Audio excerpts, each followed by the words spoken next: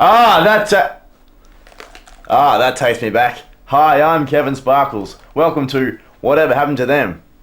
You know, music's always been a pretty big part of my life.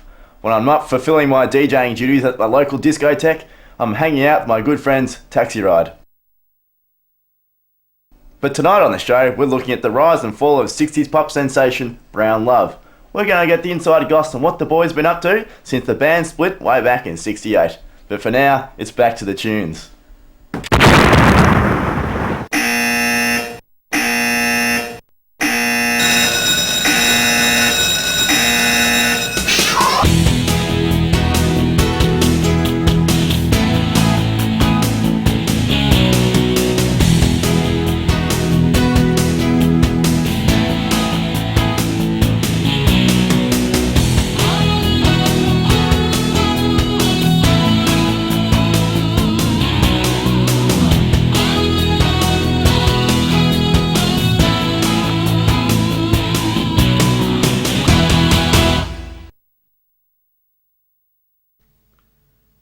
It all began here at this humble small town secondary school, where a couple of fresh-faced youngsters called Timmy Smalldate and Hugo Powerbog got together and discovered they had a common interest, making animals out of straws and blue tack.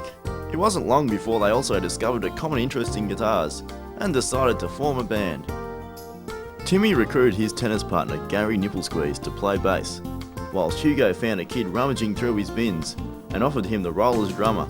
Deciding to call themselves Brown Love, a name suggested by Hugo's dad's special friend Ron, the boys were ready to take on the world.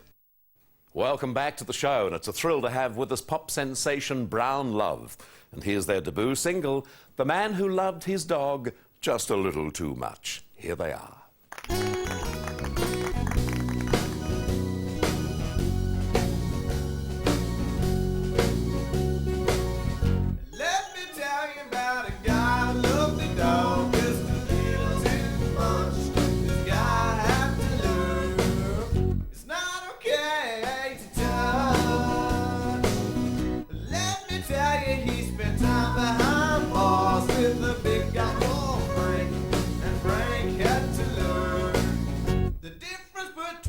And girls, and when I think about it now I cry. Their first single, The Man Who Loved His Dog Just a Little Too Much, went straight to number one, despite frequent references to bestiality and flagrant pro-communism messages.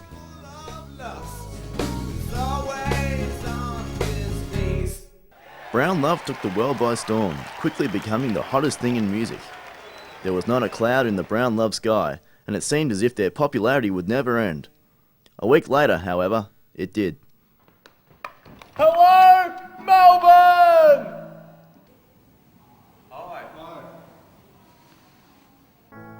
Reluctantly, the band decided to split, knowing that they would always have the memories. Well, it's now been 40 years since that fateful day, and I bet you're all just itching to find out what the boys been up to since.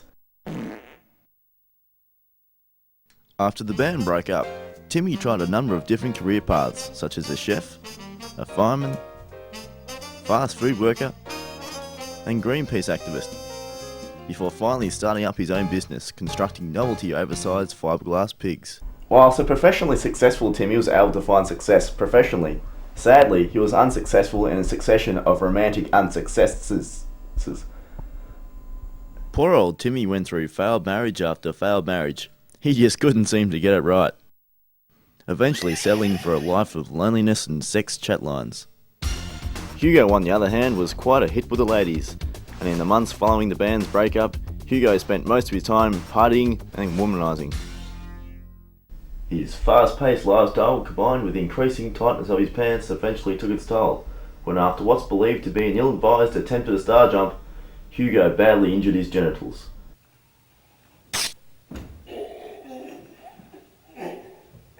After 7 weeks of intensive physical therapy, Hugo was released from hospital.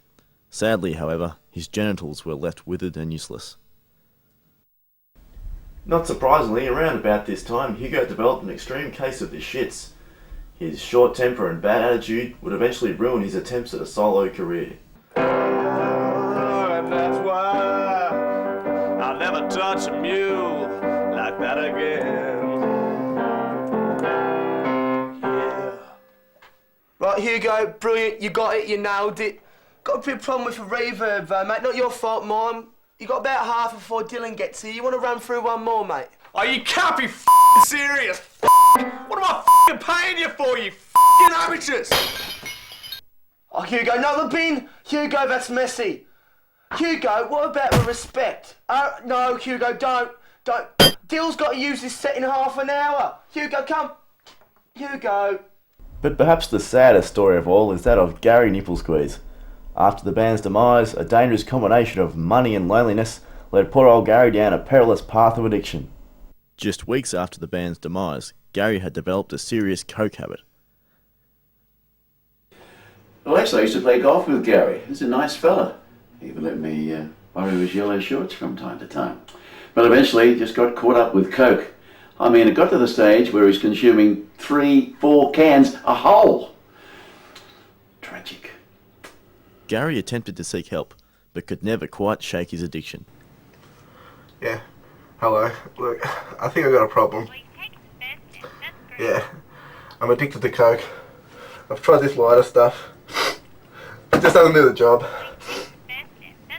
Yeah, look, I just can't take it anymore. Well, that just about wraps it up. Be sure to tune in next week when we ask the question, whatever happened to the guy in the fat cat suit? Until then, I'm Kevin Sparkles. Good night. Let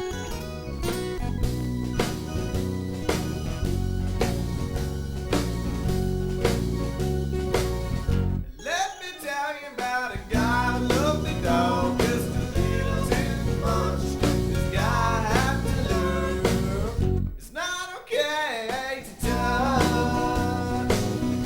Let me tell you, he spent time behind bars with a big guy called Frank, and Frank had to learn the difference between boys and girls. Yeah, okay, Hugo, we'll take 5. No worries, bud. Bloody hell. Yeah, security, Barry Rock. Hugo's done his bloody nana again. Have the gaffer and caps come on standby, would you, bloke? Cheers, mate.